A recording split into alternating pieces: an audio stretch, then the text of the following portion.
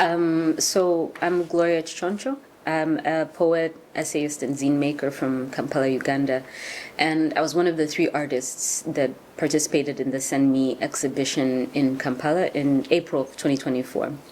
And my role this week is to activate the exhibition at the Essayist Museum. And we'll be doing that through a zine workshop that I'll be leading. So I think that what the word polyphony makes me think of is music. Mm-hmm. And like one of the things about African music, especially Ugandan music, is that it's like polyphonic. And what that means is you have all these different instruments that seem to be playing over each other, and it's only when they all come together that you kind of get the sense of the music and of the like rhythm underneath. Mm-hmm. So I think that like what's exciting about this exhibition is having all the work in one space, like speaking to each other. Mm-hmm. It won't necessarily be a language in that this piece is saying this and that piece is saying that, but it's going to be like what are the things that rhyme between them, what are the ideas that resonate, what are the feelings that resonate, like the emotions that will come out of like interacting with these pieces. So I think that that's like one way that it's going to happen, and that generally the work from beginning, from what I understood from when the curators came together, it's all been non-hierarchical in the sense that the artists have been fully involved in the process of like putting together the exhibitions in their separate spaces, and then now bringing it all together will again have everybody and everything in conversation. So I think so for the zine making process, we're going to start just by practicing zine making, and why that's necessary is because there's something like intangible in the process of having people actually make like their own little fanzines and kind of understand the effect of the form. Well, we'll start with the curators, and so that's who I'm going to be focused on working with. So they will, like on the first day, make their own like little zines, and then we're going to use that to kind of explore some of the fundamental like elements of zine making. So normally we look at the form. So what is the shape? How many pages? Like how does it look? What's the cool, fun thing about it that we want to express together? And then there is the content, which is what we want this zine to say and how do we want to say it. And we're going to look at like from the very beginning of when Roots of Resistance and all these exhibitions were thought about. There were some initial questions and ideas around freedom of expression, and so we want to kind of revisit those and connect with what we have today.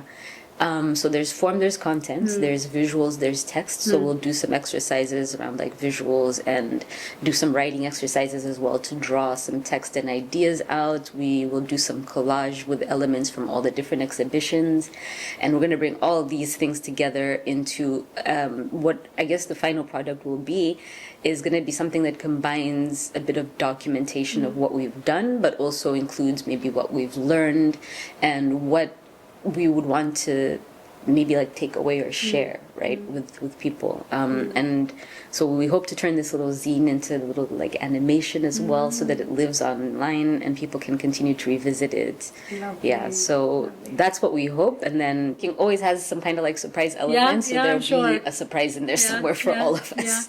I'm hoping that we'll draw from everybody something, so they all feel ownership over it.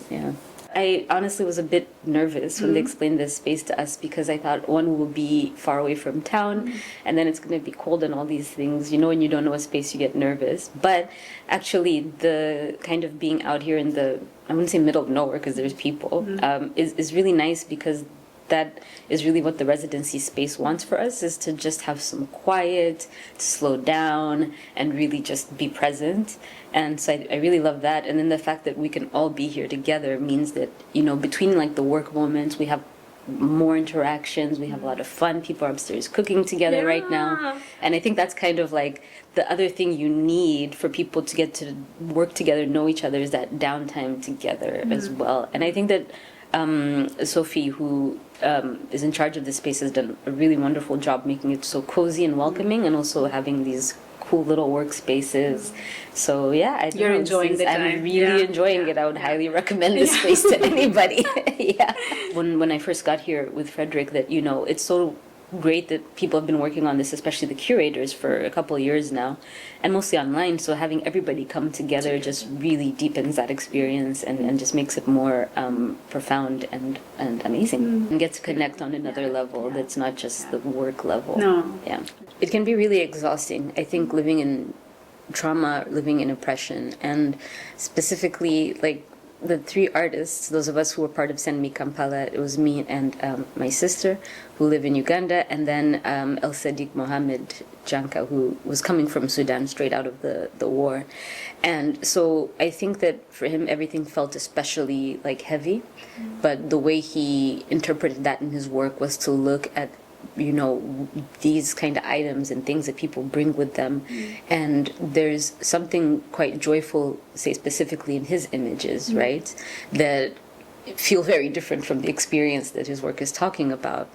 And then for me and Charity, the way we also like approached our work was to, I think for her, she is looking at women in Uganda, right? And like, what is their experience in oppression, and looking at like multiple classes.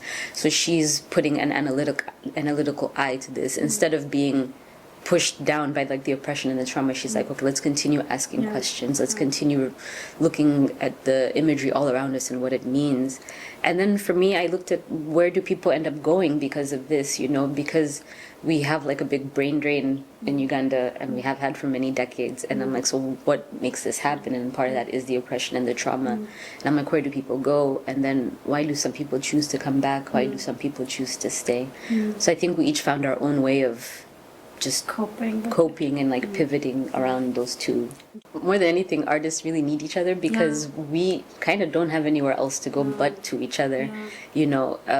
Our experience in Uganda has been that there's not much funding or care for the arts from the government, so we have to take care of each other. We have to look out for each other, and we have to celebrate each other's work and perspectives, because really nobody else will. And the good thing is then that's not limited to there, right? So now we're doing this with all these other artists, and it's really good. It's really reassuring. I don't know if it's like even really sunk in for them yet. I think when they see the work, it's gonna feel kind of that it'll be a moment of connection. Even though they won't have been here physically, they will have shared the space together. And I think it will be that feeling of resonating when they see other people's work that speaks to their work, and just also sharing that space and knowing that somebody, let's say in South Africa or in Mexico, is appreciating their experience, or rather appreciating the experience of somebody in Uganda or Sudan. So I think that's what's going to be really great about it. Beautiful. I think there's so many things that I don't know if I'm like hoping for, but like with the zine making process, what I really want is to help that conversation kind of be more concrete, right? So what we talked about, the work speaking to other work, curatorial ideas speaking to other curatorial ideas. So I'm hoping that zine making experience will give us a way to maybe capture some of these more elusive and like ephemeral moments, and we'll have something that really reminds us of when all these ideas over the years, over all the multiple locations came together. So that's the thing I think I'm hoping most for. And generally creating a space with other people that the audience comes in and feels like they can, engage with, that they can express their own questions openly and feel that it's accessible and not an exclusive space. No.